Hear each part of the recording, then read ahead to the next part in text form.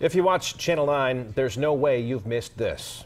Here's what Mark Harris has to say about women. He won't tell us, but they know exactly where McCready stands. The campaign battle between Republican Mark Harris and Democrat Dan McCready. They're running for North Carolina's 9th Congressional District that's been held by Republicans since 1963. But this year's race is extremely competitive, with a Democrat looking for a major upset.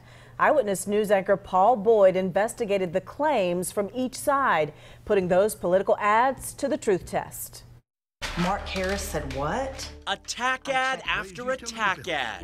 Another tax and spend liberal. Filling the airwaves and your mailbox. The most visible campaign in the Charlotte area centers on the open seat for the 9th Congressional District. Republican Mark Harris talks like a conservative, but he's shading the truth. Versus Democrat Dan McCready.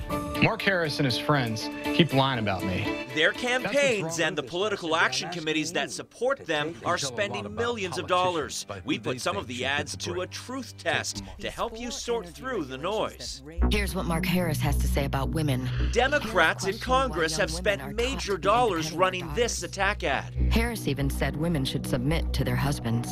The ad uses audio of Harris in his role as a pastor from a sermon he delivered in 2013. I would define it as the servant lover. The servant lover. Harris says the ad takes his words out of context and that he was giving a Mother's Day sermon filled with Bible passages about love. Republicans in Congress are spending big bucks too. But McCready did admit he opposes middle-class tax cuts. Our research shows that statement is simply not true. Take a look at the actual article referenced in the ad. Yes, McCready says he was opposed to the Republican tax bill, but only because it did not cut taxes enough for the middle class. That ad also links McCready to Minority Leader Nancy Pelosi. But they know exactly where McCready stands, with Pelosi, not us. This Mark Harris ad makes the same connection. He donated to Hillary Clinton, took money from the Pelosi crowd.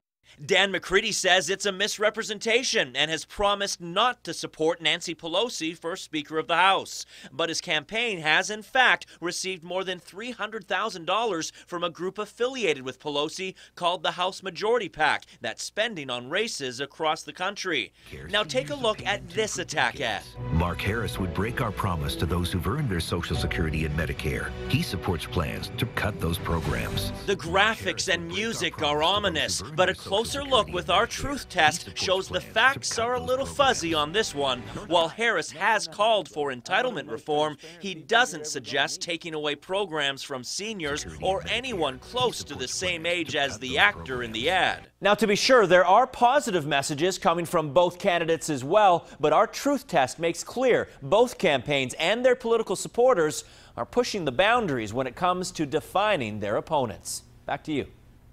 Early voting started last week. It runs through November the 3rd. We checked the latest numbers from Union County, which is part of the 9th Congressional District, and we found more than 16,000 people have already voted there.